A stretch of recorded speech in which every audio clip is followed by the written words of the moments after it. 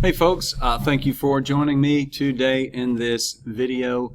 We're going to be talking about using multiple formulas to find derivatives. So let's take a look at it now.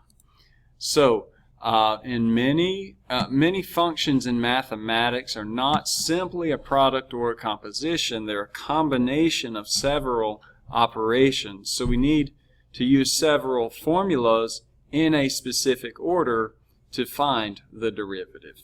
So what I'm looking at for this problem is that it is on its as a whole, this thing is a product. Okay, so this needs to be a product rule problem, and it is also going to require a chain rule because this doesn't just simply say x on the inside of that trig function there. Okay, so we will be using a product. So do f prime of x equals, we'll take the derivative of the first, so that's 3x squared, and then we'll just write down the second one, that's sine 5x, and then we are going to say plus because the product rule is, remember, fig plus gif, right? Okay, so now we're just going to write down x to the third, but then we'll take the derivative of sine 5x, so it's cosine 5x, and then we will multiply by 5. And we are not going to spend any time right now simplifying that, but of course you can write the 5 in front of the x cubed, and you can do that pretty quickly. So I guess I can go ahead and do that for us. All right. So let's go on and look at the next example. F of x equals tangent to the fourth 5x squared. Okay, so in this case, I need to think about tangent of 5x squared, that being raised to the fourth. So actually, to me, this is a composition, okay, and will require the chain rule a couple of times, but really this composition, the outermost function is a power, okay, because it's something to the fourth power, right? So instead of calling it a chain rule and require the chain rule as well, so I'm actually going to call it a power rule function, a power rule problem, and will require the chain rule as well. So let's call this one a power rule, even though that might be against standard calculus thoughts. So here we go. F prime of x equals, let's drop the 4 out front and treat this just like it's a power function. And then we're going to multiply by the derivative of the inside function. Well, the inside function in this case is tangent 5x squared, so that's secant 5x squared. I'm sorry, secant squared 5x squared. And the derivative of the innermost function, that's going to be 10x. Alright, and like I said before, we're not going to spend too much time on this lesson to simplify, but 4 times 10 is 40, so you could just write the 40x in front. Okay, the next example looks like to me to be a radical problem and then also a quotient problem. So we're going to do the radical thing first, but radical, you might actually see that as a power rule problem, okay? So a power rule problem and then a quotient. And what I'll do is I'm just considering the way this thing is going to look, and it looks like it's going to say dy dx equals 1 over 2 this stuff, okay? And then we're going to have a quotient rule, and the quotient rule is going to be a little bit exhaustive.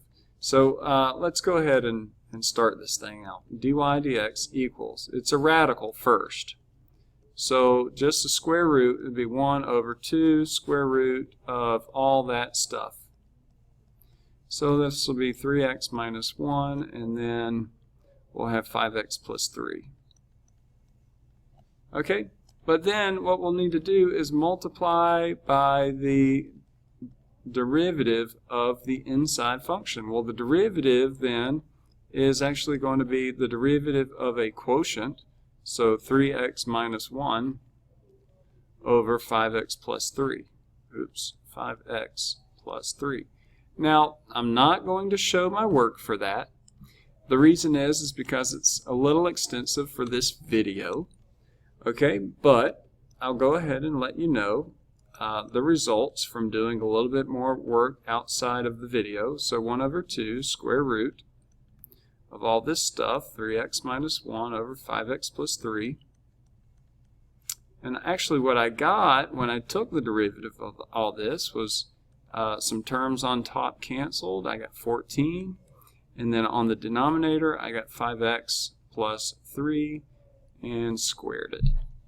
Okay, so again, we could simplify a little bit more, but let's go ahead and just stop there for this video.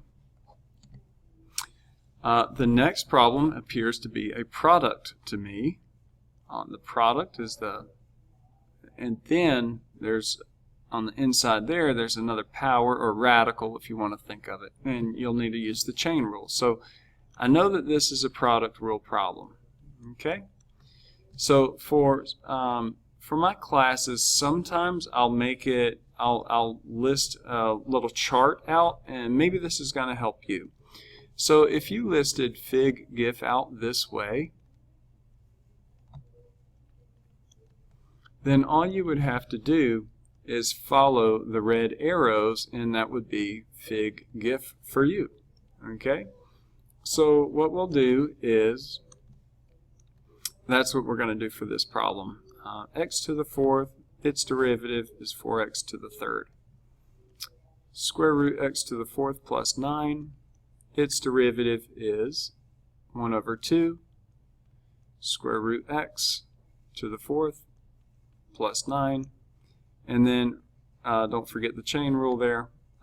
Need to put a 4x to the third out here. Okay, so what we'll do is we'll follow the red arrows, and that is going to be our product rule. All right, so let's just write down what we have.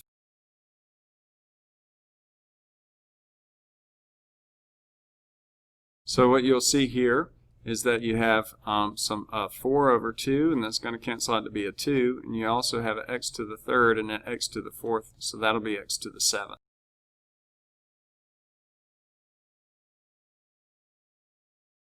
Okay, so in this case, I would definitely take another couple of steps, and the step that I'm referring to is I would find a common denominator. So in order to find a common denominator, I'm going to multiply by x to the fourth plus 9 in the denominator. If I did that, then there would be another factor of x to the fourth plus 9 in the numerator. So the way I'm going to write that is I'm just going to square this one, because it would actually be showing up twice. And a lot of you will be able to see that the square root symbol is just going to cancel out from there. So let's go ahead and write our results. Notice here that I have 4x to the third times x to the fourth plus 9. The squared and the square root canceled. And I have a common denominator now, so I write it as 1 fraction. From there, you can distribute and find your answer. This is going to be 4x to the 7th plus 2x to the 7th.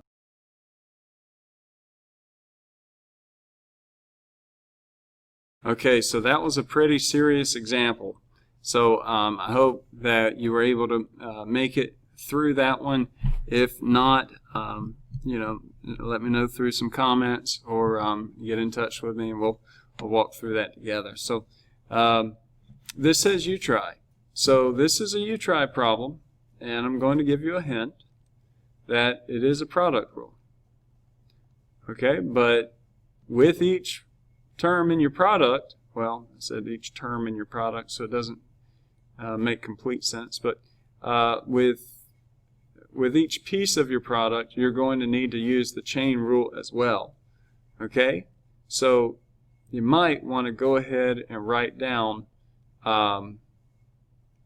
the factors to the fig GIF chart that I was telling you about, and then go ahead and finish that one up.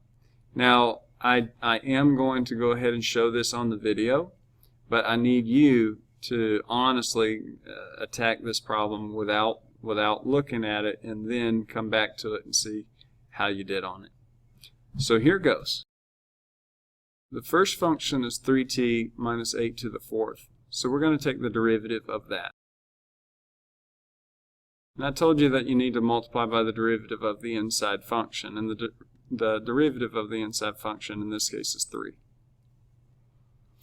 Our second function is 2t plus 1 squared. We'll take the derivative of that.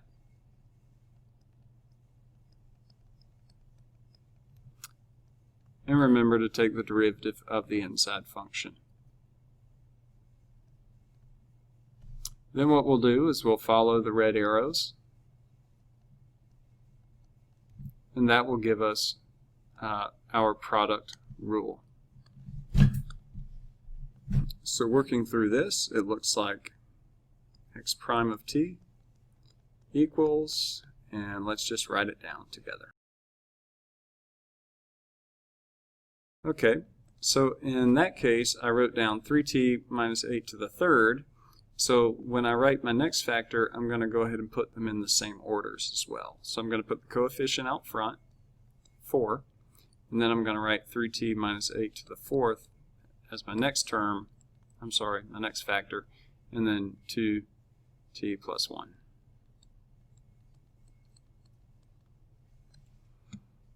Okay. So from there, guys, what you'll want to do is consider that this is basically made up out of two terms.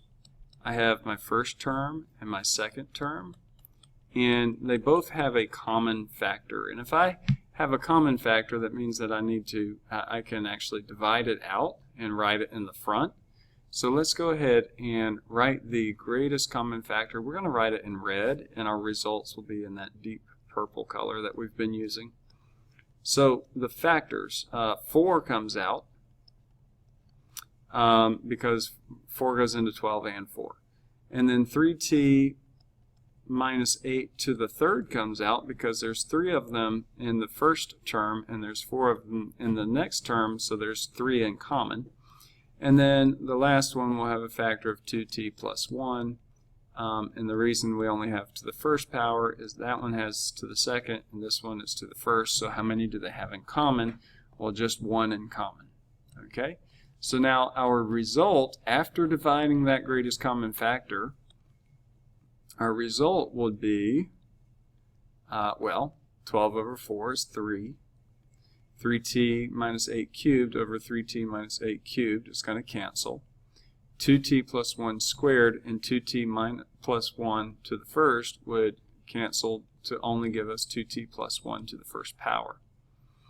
Then we have a plus symbol.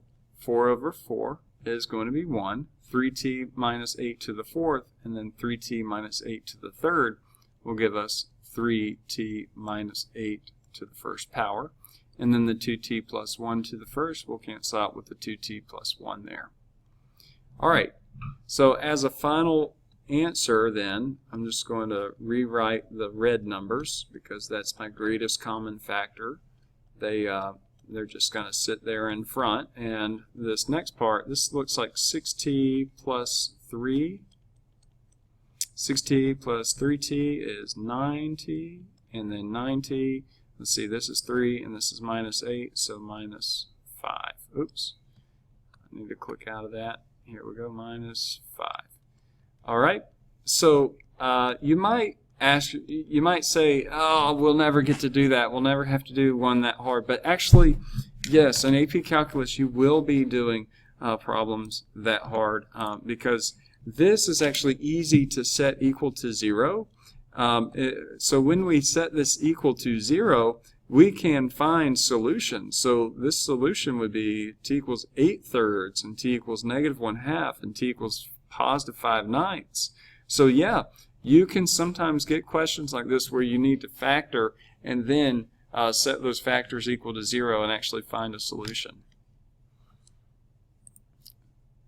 So guys and gals, I did my best to try and teach you guys about using multiple formulas. Sometimes functions can be made out of products, quotients, radicals and products, sometimes products and radicals, and those actually look different, and sometimes trig functions within trig functions, or the power rule and then the trig function. So just be careful on what order you do differentiation. So just kind of look at the problem as a whole, as it's outside. A lot of the times you'll use a product rule if there's some kind of product on the outside, okay? But you'll have to be the one to determine what rule you use first and in each situation, and that will come with practice. Being better at that will come with practice. So anyway, I hope you guys have a great one. We'll catch you in another video. Later.